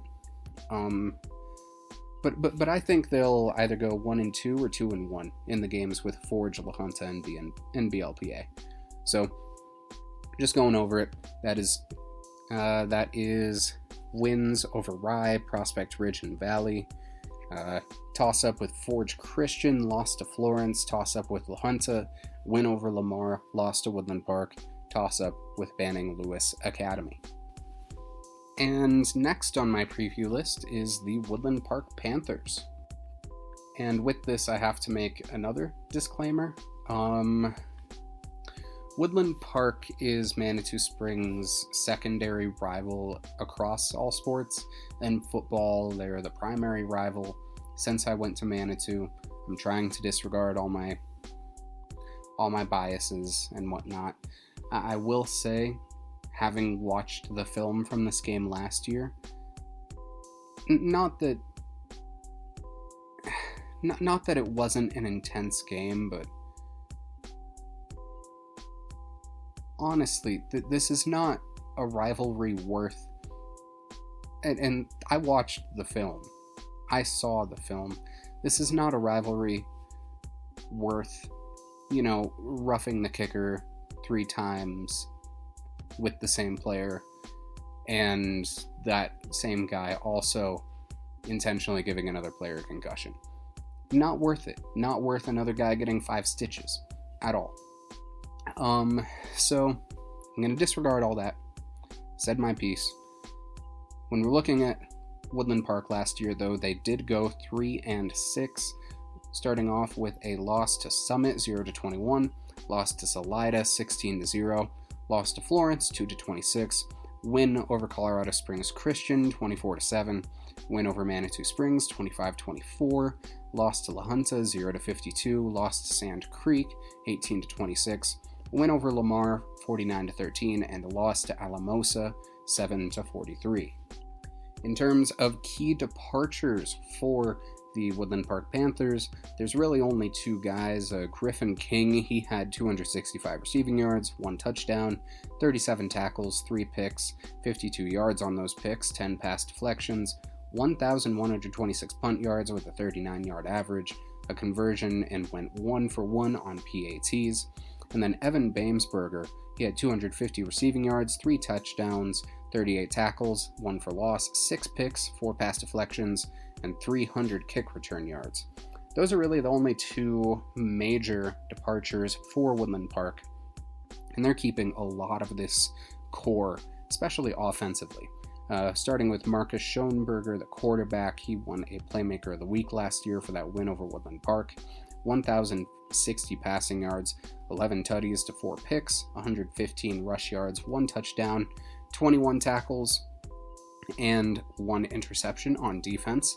You have Aiden Hood, who had 285 rush yards, 3 touchdowns, 58 tackles, 7 for loss, a sack, and a pick. Trey Reed with 126 rushing yards, 23 tackles, 2 for loss, and a punt return touchdown. You have Parker Shreve, the 6'2 senior tight end, with 350 receiving yards, 4 touchdowns, 60 tackles, 9 for loss, 5 sacks, 2 forced fumbles, and 2 fumble recoveries. You have Caden Lewis, who had 230 receiving yards, 3 touchdowns, 2 picks, and 32 tackles. Miles Wiley, the watch list kicker, who's going to be a junior this year, 57.5 yard average on kickoffs with 1,030 yards and 8 touchbacks. He went 11 for 11 on PATs, only 2 for 8 on field goal attempts, but a 47-yard long, so he has the potential. You have Ben Summerill with 55 tackles and 4 for loss. Mateo Pizarro, who's going to be a senior, 34 tackles and 3 sacks with a safety. Demetrius Gakis, he had 24 tackles, 5 for loss, and 3 sacks. And Wyatt Stimmitz with 53 pass yards, 0 touchdowns to 3 picks, but 20 tackles and 2 picks on defense. He's going to be QB2 and really only get in if Schoenberger gets hurt. So, moving on to the schedule. First up on the schedule, the Panthers are going to have to face Lincoln, and this is going to be Lincoln's first year in 2A.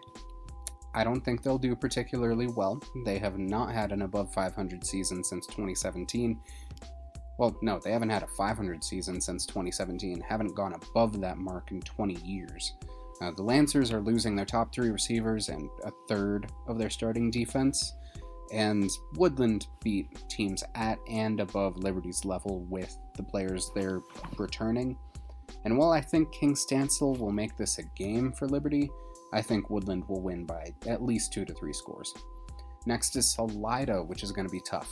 The Spartans are losing every passing yard, the top rusher and top receiver from this game last year, along with keeping most of their absolutely huge for 2A line.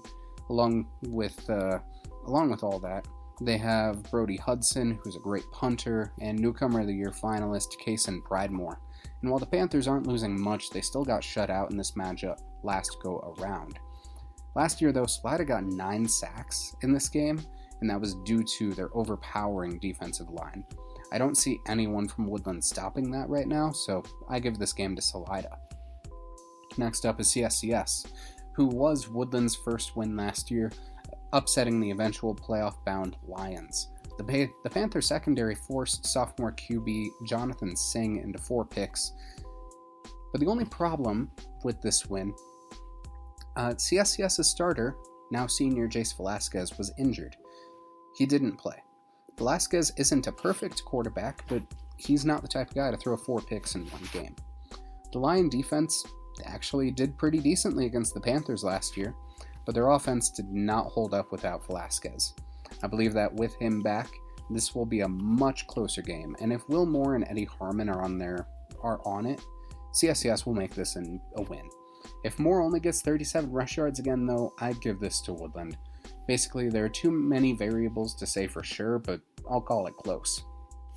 After that, we have Rye, who, as previously mentioned, are losing a lot of players.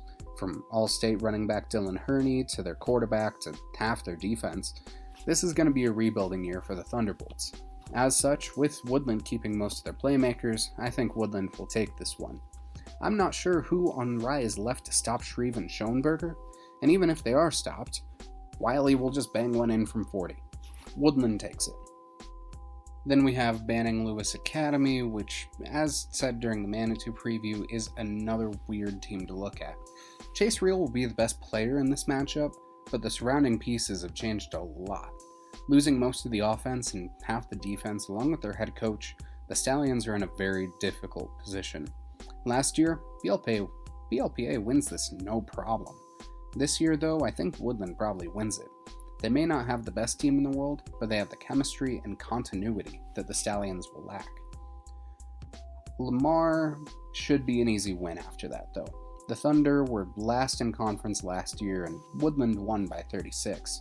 Lamar's QB and top RB are gone, and though they retain a solid portion of their defense, they couldn't stop Woodland with that last year. While the Panthers keep a lot of playmakers. Win for Woodland Park. After that is Florence. Woodland only scored a safety in this game last year, ultimately losing by 24. I mean, the Huskies are losing quite a lot, from both of the gunners, Phillips and Bassetti, to Laguse Nuss, to their quarterback, to half the defense. The Huskies have found ways to prevail previously while losing major players, but with the sheer offensive production that Coach Drummond has to work with in Woodland, and the amount of defense being retained outside of Bamsberger and King, I think the Panthers have a much better chance. I think this is a toss-up. Manitou Springs is up next. I'll preface this with saying I think Woodland wins this. This game last year was dirty. I mean, you give RB1 a concussion and 2 roughing the kicker penalties in the first half. The Panthers came back from being down 13-24 in the fourth quarter, winning in the last minute of the game. But, I mean, Manitou's losing their starting QB, one of the better linemen in 2A, along with both kickers and half the receiving corps. The main bright spot for Manitou is the defensive retention, but the defense has struggled in the clutch since the state championship. This will be an energetic and interesting game to watch, but Manitou is losing too much offensively while Woodland is keeping their core intact. I think that unless something wild happens, this will be a 10th straight year with a Woodland Park victory. And finally, we have La Junta, which will probably be closer, which isn't saying much considering the Tigers won 52-0. La Junta's losing a lot of the guys that made them a playoff team last year. Outside of their quarterback, La Junta is going to have to rebuild a little bit. I think that this will probably be a toss-up based on the info I have right now, because even though Woodland is keeping so much, they have to drive to La Junta and deal with the Tigers in their house. This makes all the difference in a game like this, where the Panthers will likely be tired from a long season against good teams. I think that Woodland has the potential to have an above 500 year, but only if they do it right. I see wins over Lincoln, Rye, Banning Lewis, Lamar, and Manitou Springs. I see a loss to Salida, and then toss-ups against CSCS, Florence, and La Junta. I think that a 2-1 record in the toss-up games is realistic. So I think a probable record of 7-2 is likely, with a window of wins from 5 to 8. All around, this could be a playoff year. Lower seeded, because this isn't the best schedule in the world, especially with that out of conference. But I do think that this could be a playoff team. After that, it is time to move on to a team that started when I first started, the Wellington Eagles. Wellington, they went 9-0 in the regular season, 0-1 in the playoffs. Started off the year with a 8-6 win over Estes Park, 29-12 over Highland, 36-14 over Sterling, 50-14 over Timnath, 42-20 over Valley, 62-6 over Prospect Ridge, 46-13 over Devlin, 26-7 over Platte Valley, 56-14 over Bennett, and losing 6-38 in the first round to Berthoud. They were the 13 seed, and Berthoud was, I believe, the 4 seed, so fair enough. Berthoud was a contender last year, but all around, very, very good season. Great for year 2, by the way. So this is where I would usually go over key departures, but this is actually going to be the first year where Wellington has seniors, so there are none. Even last year, they had a overseas foreign exchange student who was a kicker, but he's gone, and this is the first year with seniors. So, looking at it, we're going to start in the key returners, starting with Tanner Gray, the 6'3", 220 junior quarterback / D end. He had 360 pass yards, 6 touchdowns to 2 picks, 1,070 rush yards, 17 rushing touchdowns, 43 tackles, 15 for loss, 2 sacks, 16 hurries, and a pass deflection. He's got an offer from Washington State. Absolutely insanely good player. I am really looking forward to seeing what he does this year with his running mate, Cash Alchfager, who I think is at least an FCS guy. He's a bit held back by his height, but he's going to be a senior this year. He was injured to start the season last year. He had 9, even with that, missing some games, and then in the Timnath game, he only played, I believe, the first quarter. But with 6 games under his belt last year, 986 rushing yards, 14 rushing touchdowns, 167 receiving yards, 3 touchdowns, 50 tackles, 5 picks, 78 interception yards, and 8 conversions. I think this is going to be the top duo in the state next year, really. Like, those two are borderline unstoppable. Then you have I'm just going to read this out. You have Ezra Batyergal, who's a D-end, 6'2", 225, 23 tackles, 3 sacks, 2 tackles for loss in 7 games. Caden Keller, who had 530 rushing yards and 3 touchdowns. Lincoln Dalton, who had 400 rushing yards and 4 touchdowns with 54 receiving yards, 32 tackles, 2 picks, 3 deflections, a conversion. Ian Allison, 235 rushing yards, 68 tackles, 5 for loss, a pick, 4 deflections, 2 forced fumbles. Zeke Sherrill, 120 rush yards, 20 tackles. Then you have guys like Kason Brown, who 36 tackles, 4 pass deflections. Tyler Schaefer, we added him to the watch list as a safety, I believe. 100 tackles, 3 for loss, with 6 picks and 4 pass deflections. You have Azuya Gracie, who, yes, 19 of his tackles were in game 1, but he had 86 total over the course of the year with 7 hurries. Tegan Grayman, a 6'2", 170 linebacker, 80 tackles and a sack. He's going to be a sophomore, he's going to be a junior, sorry. And then you have Ethan Thurns, an offensive and defensive lineman, 51 tackles with 4 sacks and 2 tackles for loss. Julius Olivo, 39 tackles, 5 sacks. Seth Long, the kicker, sophomore this year, I believe he's going to be a junior this year, sophomore last year. 2,875 kickoff yards with a 50-yard average.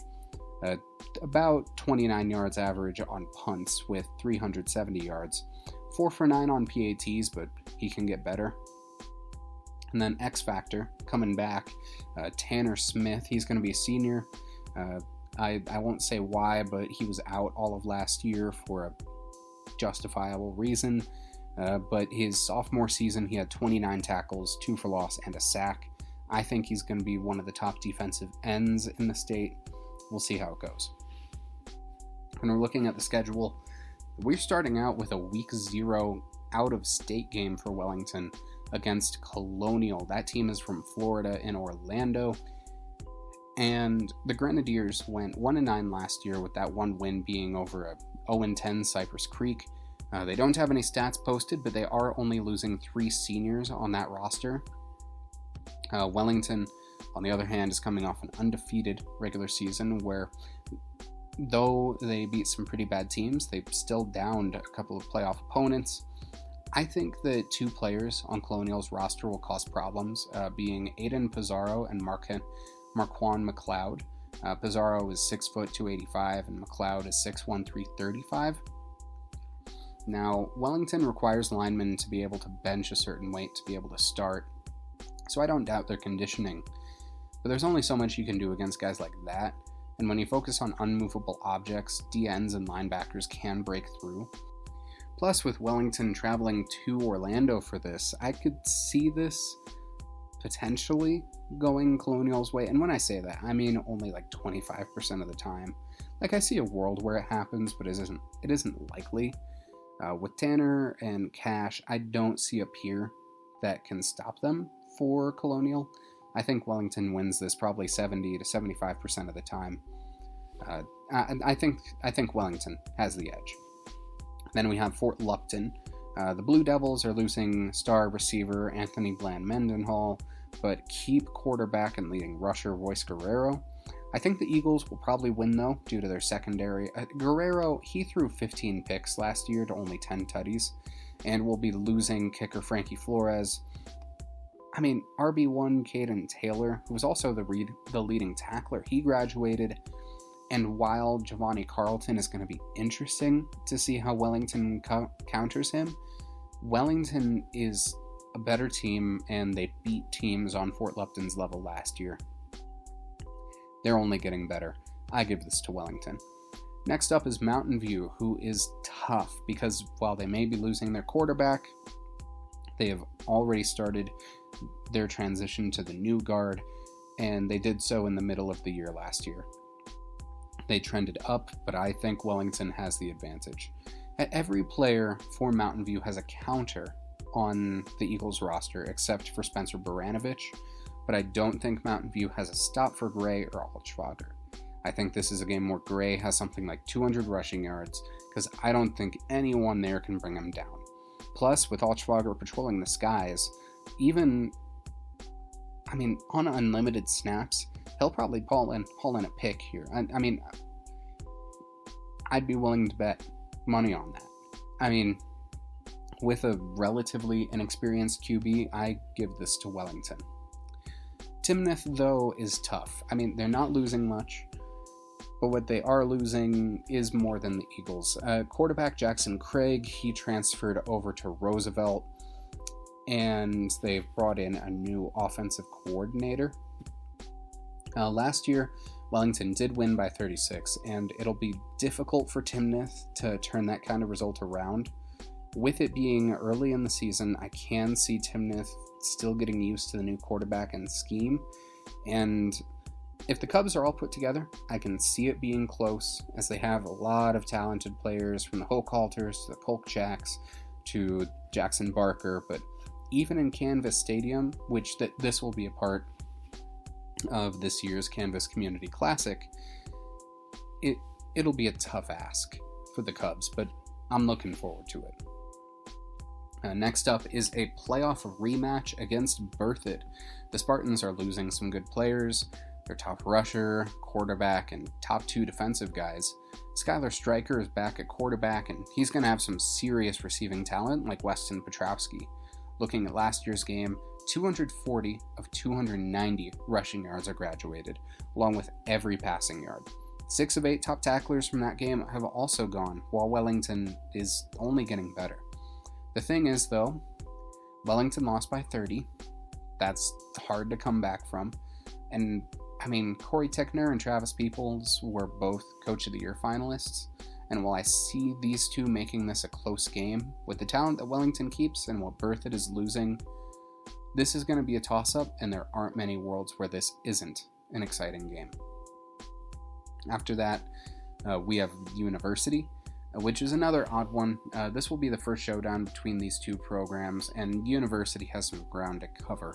They're losing both quarterbacks, their biggest linemen, most of their top receivers, some of their best athletes, really. And they were one of the top teams in 2A with really solid coaching last year. In shared matchups, Wellington beat the common opponents, Highland and Timnath, but by more. The Eagles probably wouldn't have lost the first round if they had a similar matchup as University, and with the amount the Bulldogs are losing, I think this will be a difficult game for University to win. I think that Wellington has an edge here, but University has cut their teeth in the playoffs, but Wellington wins probably 60% of the time, but I mark this as a toss-up for right now. Eaton's Eaton. The Reds are losing major guys. And as I said during their preview, they don't have an answer for a lot of these players. Wellington doesn't throw much, which means Cooper Nider will have to act more as a safety. Cash Altschwager and Tyler Schaefer combined for 11 picks last year, so Connor Davey will have to be really careful. And the Tanners, Smith and Gray will be attacking from the edge, along with Ezra Batyergal, which will pressure some really tough decisions. I don't think many for Eaton would be able to bring down a full-speed Tanner Gray either, so I think Wellington takes this. Then we have Res Christian, which is another tough team. Going 7-3 in 3A last year, the Cougs' main offensive loss is Grant Appleby. Even though that's the case, they're losing about half their top defenders and every player with a sack. Wellington is retaining every ounce of talent from last year, and I think it'll be tough to bring them down without the defensive abilities of guys like Will Reeves or Christian Seymour. I think Wellington wins this. Valley, finally, should be an easy win. They lost to Wellington by 22 last year, and the defense for the Eagles simply showed up and showed out. The offense was as it was all year, and the defense just shut down the Vikings. After this gauntlet of a schedule, I don't see a world where the Eagles lose this one unless literally everyone is hurt. Ultimately, though, this is probably going to be another winning season for Wellington. I see probable wins over Fort Lupton, Mountain View, Timnath, Eaton, Res Christian, and Valley, with closer, keyword closer games against Berthoud, Colonial, and University. Even then, I think they split that stretch 2-1. Worst case, absolute worst case scenario, the Eagles go 6-3 with this new schedule in this really, really tough league. I think outside of the Centennial League and whatever the league is in 1A that has Lyman and Holyoke in it, outside of that league and the Centennial League, this is the toughest league in the state this year. The winner, I think the top two teams in this league are probably going to end up being Wellington and Berthoud, and both of those teams I have in my top four. So worst case, 6-3. Most realistically, I see another undefeated regular season. That's the best case scenario. Most realistic, though, I think probably either 7-2 or 8-1 is most realistic.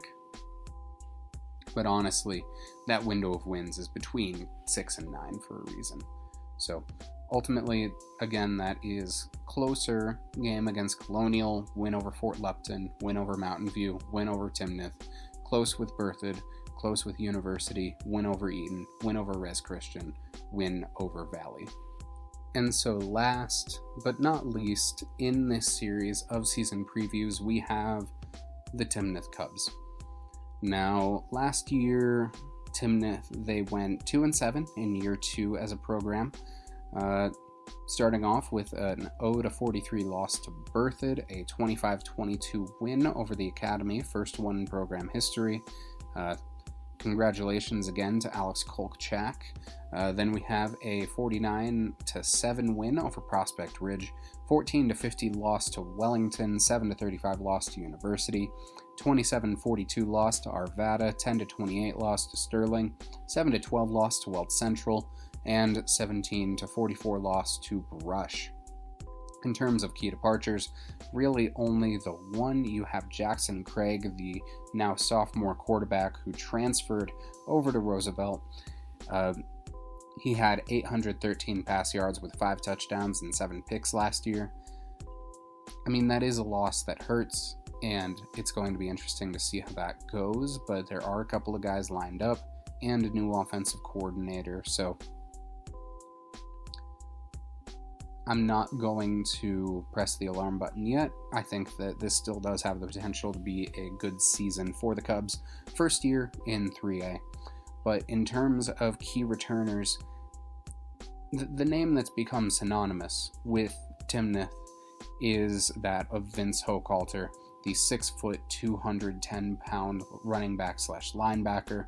He's going to be a senior this year, 323 rush yards, 4 touchdowns, 129 tackles with 5 for loss, a deflection, and 2 forced fumbles last year. He was a Defensive Playmaker of the Year finalist, and all around just a great guy. Getting some D2 looks, getting some FCS and D1 looks.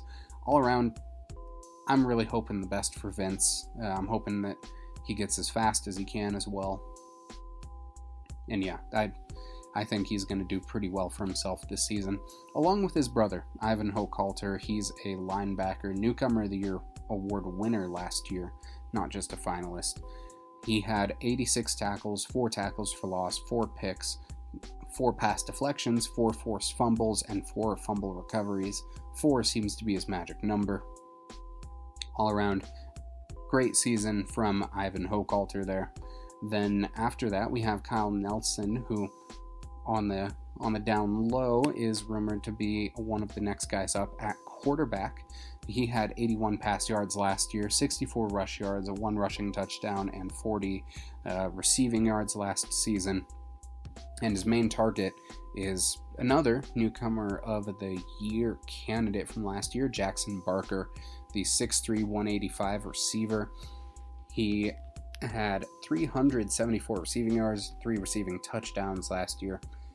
And he's probably going to get taller. His older brother, Jacob, he is a center for Metropolitan State University, and he's 6'11". So yeah, I think Jackson has a pretty good chance here to get taller. Then we have Davis Payne, who receiver. Last year he had 282 receiving yards and a touchdown, along with 667 kick return yards, with 2 punt return touchdowns and 1 kickoff return touchdown. Insanely fast player there, Davis Payne, 5'7", 135, so not the heaviest or biggest guy in the world, but he's going to get it done. He's going to get you to the house. After that, we have Alex Kolchak. He is a senior kicker, one of the best kickers in the country, according to the Coles Kicking Combine, best one in the state. 1,600 kickoff yards with a 57-yard average, 1,200 punt yards with a 35-yard average, 19 for 19 PAT, 7 for 11 field goal with 43-yard long. He's just an insane player. Next up, we have Cade Geist, the junior, 6'2", 240D tackle, 72 tackles, 11 for loss with 3 sacks, 8 hurries, and 3 forced fumbles. You have Carter Gaines, who, receiver, at 6'3", had 77 receiving yards last year. Max Kolchak, he's going to be a sophomore this year, 6'2", 180 D-end, with 59 tackles, 1 for loss, and a deflection. Tanner Mock, who, 6'3", 200 D-end, 38 tackles, 4 for loss, 3 sacks, and 7 hurries. Insane athlete, by the way. I saw him play basketball during the year. Insane athlete. Mitchell DeAngelis, a running back with 355 rushing yards and 3 touchdowns. Makai Major, 68 rushing yards. Jack Nackstedt with 49 tackles, 2 for loss, and a sack. Alexander Wood, who we have added to the watch list, he had 25 tackles, 2.5 sacks, and 3 hurries, but he's a junior, D-end, 6'2", 220. Dominic Giron, 19 tackles and a forced fumble. Kyler Giron, 25 tackles and a deflection. Evan Vaza, 20 tackles. Braden Pollier is back on the team. He, at the end of the 2022, second semester 2022, he transferred to Fossil Ridge to do track with his older brother. But then when he transferred back to Timnath, Chassa said no, so he ended up not on the team for last year, but he's back now. And then AJ Trelakowski, a 6', 230 sophomore, 15 tackles and a forced fumble. When it comes to the schedule, first off, we have the Pooter Impalas, and in the first game in 3A for Timnath, they will be facing off with a 4A squad in Pooter, who formerly was a 5A team. I've never seen a former 2A team go against a former 5A team before, but ultimately it comes down to this. Pooter are losing their best players and all of the remaining starters from that playoff run a couple years back. Losing Colton Mills Younger and Brody Van Cleve means that there aren't many players that Timnath doesn't have an answer for. These squads will be very evenly matched, and I think the Cubs have an edge. There isn't anyone on Pooter's roster that can consistently stop Vince Oakhalter, and the thing is, though, what makes this closer is that at this point in the season, Timnath has a new offensive scheme with a new offensive coordinator, along with losing their starting quarterback. If they had Jackson Craig, I think this is easy to say a win, but with all those factors, I think this is probably a toss-up as of right now against the former 5A program. Next up, we have Severance, who, another interesting team. I mean, with the Hoffman brothers and Brady Varney gone, they have a lot to replace offensively, and a lot to figure out. They are also in one of the toughest leagues in the state, so their record is deceiving. Timnath will probably be on a similar level as them this year, with new offensive systems and new coaches for both. However, while this will probably be a toss-up, I think Timnath has the slight edge here, with the Cubs keeping some consistency at quarterback with some guys who did get snaps last year. Severance has to start from scratch, and the difference between having a brand new head coach like Severance has and Marty McVicker versus just having a new offensive coordinator, it may be the difference there. I think Timnath wins it more often than not, but I'll call it close for now. Next up is Thompson Valley, which unfortunately, I think will be a loss. The Eagles, though they're losing a major offensive player in Riley Suarez, keeps one of the most overpowered defenses in the state. Timnath has struggled against defense even 3 quarters as potent as Thompson Valley before, and I think that with looking at the common opponents from last year like Berthoud lost to Thompson Valley, and so I think Thompson Valley will win it based on the strength of that defense. Next up is Hinckley, which I didn't expect to see here, but it's probably a win. The Thunder have not won a game since before the pandemic and are currently on a 35-game losing streak. They keep some of their top producers, but those producers couldn't win a game in the 4A I-25 league. They couldn't beat Adams City, Liberty, Gateway, Thornton, Palmer, or Aurora Central. Timnath at least has some good players with D2 and D1 aspirations, and Hinckley does not, and likely will continue that losing streak. Next is Wellington, which I think will be a loss. The Eagles won this game by 36 last year and aren't losing anything. They keep a beast in Tanner Gray, will have a healthy Cash Alsfager, and with how this game went last time around, I see this being a heavy struggle for the Cubs. Every player would have to perform the new scheme to perfection to pull this one off in Canvas, and while I've seen Canvas chaos before, and I will not say it's impossible, this will be a very tough game for Timnath to win. Next up is Meade, who are in a tough spot. The Mavericks keep their QB, RBs 2 through 5, wide receivers 1 and 3, and most of their defense. This was a playoff team last year with an extremely strong and disciplined defense, and with the offensive firepower that the Mavericks are retaining, I think Meade will probably win this one. After that is Niwot. This one will probably be a win. The Cougars are losing their quarterback, leading rusher, top 2 receivers, and most of their defenders. And even with them all, they went 3-7 last season.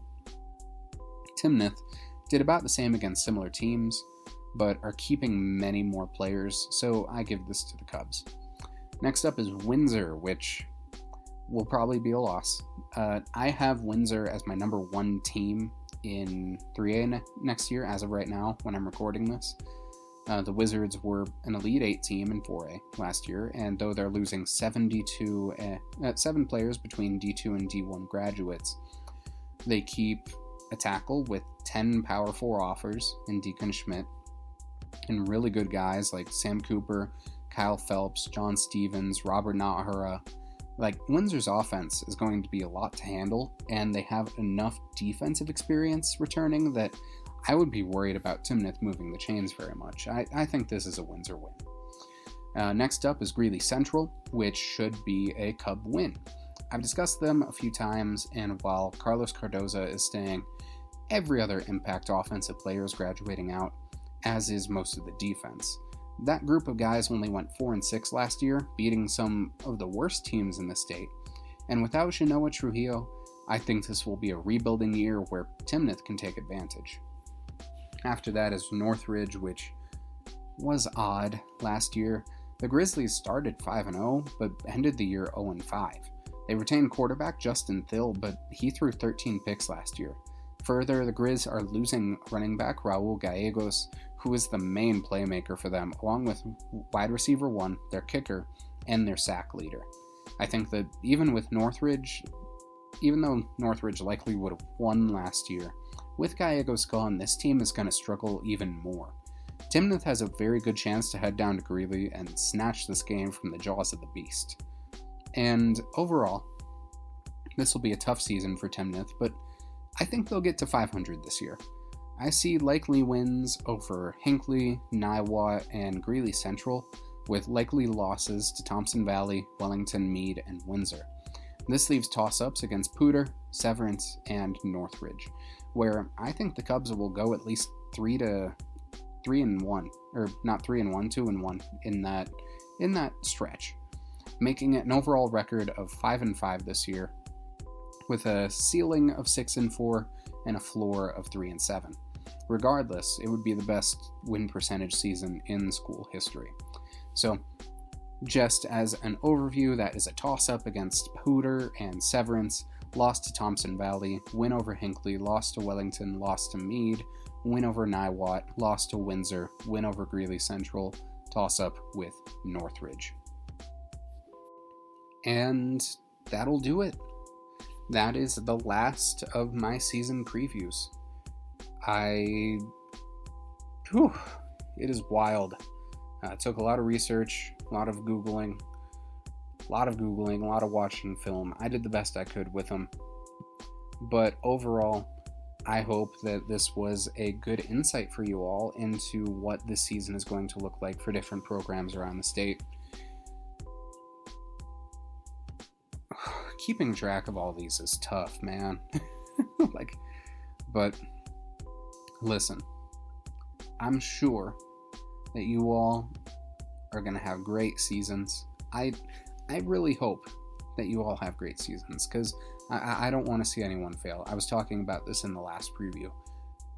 If I could make it so, I wish everyone had a chance to see what playing on the biggest stage looks like and feels like. Everyone had that state championship memory where they're able to look back in 40 years and say to their family, I did it. Like, I was part of something great. Because not everybody can say that. But I know that that's not the reality of how it goes. And so, when it comes down to it, I want you to prove me wrong.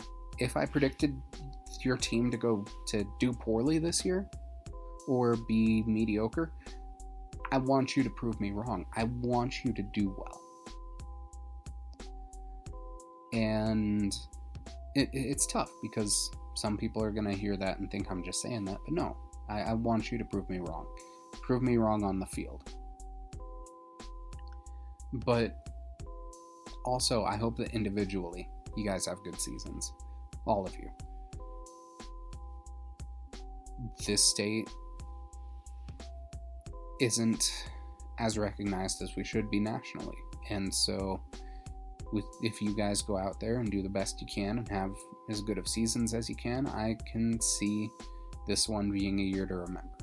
If you want to see more, you can find us on social media, on Instagram and TikTok at Playmakers Corner, that is with an S, and on Twitter at Playmaker Corner.